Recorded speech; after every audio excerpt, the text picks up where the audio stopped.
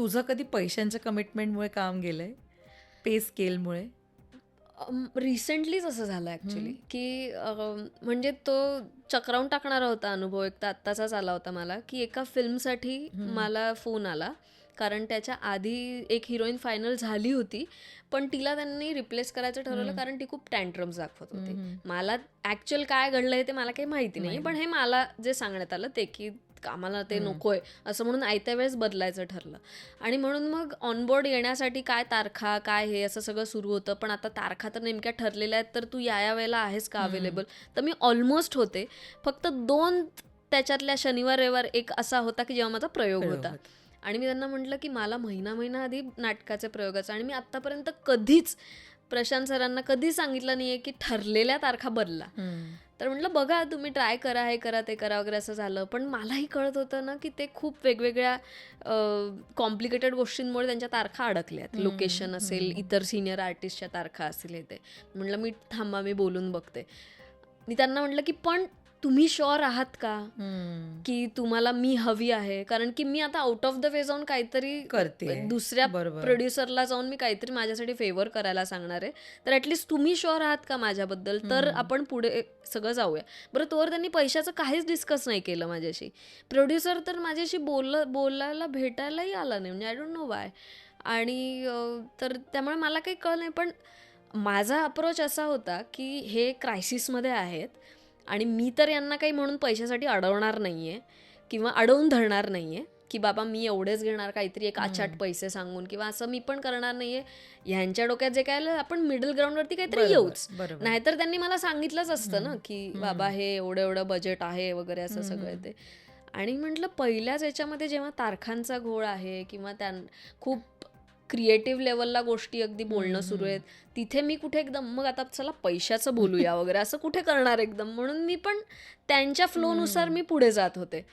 आणि मी त्यांना म्हटलं पण नक्की म्हटलं मी हवी आहे ना, तर मी सांगते प्रयोग चेंज करायला. हो हो हो, तू आत्ता तू तारखा सांग म्हणे, मी आत्ता तुला साईन करतो, कॉन्ट्रॅक्ट हे करतो. मी सांगितलं दामलेंना.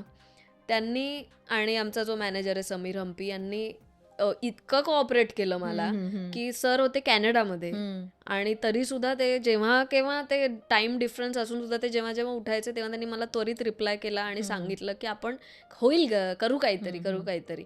कधी म्हणजे त्यांनी मला एका शब्दाने सुद्धा अडवलं नाही की नवीन प्रोजेक्ट अमृताला येतोय तर कर बाबा, ह्या 2 प्रयोगांमुळे अडायला नको. त्यांनी केले माझे ते प्रयोग, शफल केले. म्हणजे त्यांनी कॅन्सल केले होते, त्याच्या जागी दुसऱ्या नाटकाचे लावले प्रयोग. आणि मग यांनी मला सांगितलं की आता पैशाचं बोलूया. म्हणलं हो चालेल. आणि ते म्हणे तुझी काय अपेक्षा आहे? मग मी एक अपेक्षा सांगितली. तर मला अपेक्षित होतं की काहीतरी नेगोशिएट तर होईलच. अगदी काय मी म्हणत नाही की लगेचच हे करा. नेगोशिएट 1-2 वेळा काहीतरी झालं. मी त्यांना कन्व्हिन्स केलं. मी जे दिली होती अमाऊंट त्याच्या मी निम्म्यावर आले ऑलमोस्ट, आणि हे झालं. आणि केवळ 50,000 ते 1,00,000चा डिफरन्स काहीतरी राहिला होता. त्यांचं बोलणं झालं शेवटचं फोनवर की ठीक आहे बघूया काय सांगतो. त्याच्यानंतर 2 दिवस गायब, काही फोन नाही, काही नाही. मग मी विचारलं, मी डिरेक्टर जे माझ्याशी बोलत होते त्या गोष्टीबद्दल सुद्धा, अगदी म्हणजे ते सुद्धा काय म्हणू स्वतःहून पैशाच्या बाबतीत किंवा याच्या बाबतीतही मला कन्व्हिन्स करत होते, म्हणून मी सुद्धा त्यांना विचारलं. त्यांनी एकदम डिप्लोमॅटिक भूमिका घेतली की ते तू प्रोड्युसरशी काय तुझं बोलणं आलं, मलाही नेमकी आयडिया नाही आहे वगैरे असं तसं. प्रोड्युसरला मग मी फोन मेसेज केला, त्याने रिप्लाय नाही केला, काही नाही. मग मला कळलंच, म्हणजे मला कारण त्या प्रोजेक्टमध्ये 3 लोक अशी होती वेगवेगळ्या डिपार्टमेंटची की ते माझं नाव घेण्यासाठी, म्हणजे तुम्ही घ्या असं म्हणून त्यांना कन्व्हिन्स केलं होतं की तुम्ही स्ट्रेस फ्री राहा, यू गो फॉर हर, काही प्रॉब्लेम नाही येणार आहे ते. कारण ते काय आधीच्या याच्यामुळे जरा धसका घेतला असेल. तर मला ती बातमी कळलीच की त्यांनी वेगळीला कोणाला तरी घेतलेलं आहे. आणि सो मी जस्ट त्यांच्या तोंडून मला ते ऐकायचं होतं की हे किती कळवत आहेत की नाही. तर त्यांनी कळवलंच नव्हतं. मी त्यांना दोघांनाही एक मोठा मेसेज टाकला की मला रिजेक्शनशी प्रॉब्लेम नाही आहे, तुम्हाला बजेटचा इश्यू झाला, तुम्ही वेगळीकडे केलं, पण एकतर ह्या सगळ्या गोष्टींचा क्रम चुकलेला आहे. तुम्हाला जर का तुम्ही एवढे शुअर होता की तुम्ही नेगोशिएट करणारच नाही आहात आणि तुमच्या डोक्यात एक फिक्स अमाऊंट आहे जी खरंच नव्हती परवडणार की, पण मी एक वेळ केली पणच. पण तुम्ही मग सुरुवातीलाच ते सांगायचं की एवढं एवढं बजेट आहे हां, आमचं. की तुझ्या रोलसाठी तुला आम्ही एवढंच देणार आहोत हे सांगायला ते नाही सांगितलं. तुम्हाला मी सांगवते मी माझे नाटकाचे प्रयोग हलवतेय, कुठल्या तरी वेगळ्या लोकांना मी कामाला लावतेय, सगळं सांगवते, तरी सुद्धा त्याची किंमत नाही. आणि तुम्ही कळवण्याचीही तसदी नाही घेतली की अमृता सॉरी नाही होते वर्कआउट. कळवलं पण नाही. असं कसं असू शकतं? म्हणजे ते दोन्ही प्रयोगही गेले, मी तोंडघाशी पडले तिथे. करेक्ट. नेक्स्ट ते टाइम ऍडजस्ट नशिबात करताना त्या विचार लोकांचा करतील. मोठेपणा आहे की ते मला नाही ते जाणवू देणार किंवा हे करू देणार. पण हे हे काय आहे म्हणजे? आणि एक अप्रोचच वेगळा होता.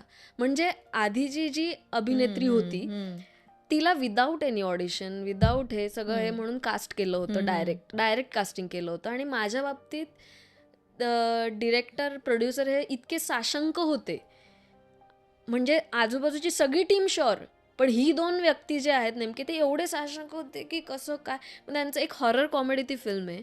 त्यांची इच्छा होती की त्या 10x10च्या ऑफिसमध्ये मी त्यांना एक फिल्मचा शेवटचा हॉररचा सीन मी त्यांना तिथे एनॅक्ट करून दाखवावा दुसऱ्या भेटीमध्ये, जेव्हा मला त्या कॅरेक्टरची तोंड ओळख नाही आहे आणि without any makeup, without any वातावरण मी तुम्हाला तिथे कॉमेडी तो हॉरर सीन करून दाखवायचा. ऑडिशन घेऊ ना, पण तुम्ही रीडिंग घ्या, सगळं घ्या, पण एक काहीतरी प्रोसेस असते ना, की वर्कशॉप होतं, मग क्लायमॅक्सचा सीन मी तिथे डायरेक्ट कसा एनॅक्ट करून दाखवू. आणि हा काय अविश्वास आहे. म्हणजे तुम्ही आधी घेतली होती का हे सगळे प्रकार आधी केले का? नाही केले, डायरेक्ट घेतली अभिनय, डायरेक्ट घेतली. तुमचं तोंड भाजलंय तेव्हा, तरी सुद्धा तुम्ही आता मग मला तुम्ही कुठल्या बेसिसवरती एवढी अग्निपरीक्षा द्यायला सांगताय? द्यायला काही हरकत नाहीये, पण तुमचा अप्रोच वेगळा. बरं, फॉलोअर्स, आत्ताची हिरोईन घेतलेली जी काय असेल, आधीची जी काय होती, इतर आर्टिस्ट मेन सगळे, या सगळ्यांपेक्षा माझे फॉलोअर्स खूप जास्त आहेत. तरी सुद्धा प्रोड्युसरचं म्हणणं होतं की तो ठीक आहे, चल या क्षेत्रातला नाही किंवा, पण मला ती माहिती नाही आहे की कोण आहे काय. हरकत नाही, मी जगदी नोन नाही आहे मी पूर्ण जगामध्ये, पण तुम्हाला नाही माहिती, पण इतर लोक आहेत ना मग सांगणारी की काय काम केलंय, काय आहे, माझा पोर्टफोलिओ आहे, मी सांगते, मला भेटा, मी पण एक्सप्लेन करते, रीडिंग करू, सगळं करू. पण हा एक कोर डिसबिलीफ किंवा प्रायोरिटीजच वेगळ्या असतात की काय, असं वाटतं की काय नक्की म्हणणं असतं याची क्लॅरिटी नाही. पण या सगळ्या याच्यामध्ये उगाच मी भरडले गेले काही कारण नसताना. बरोबर.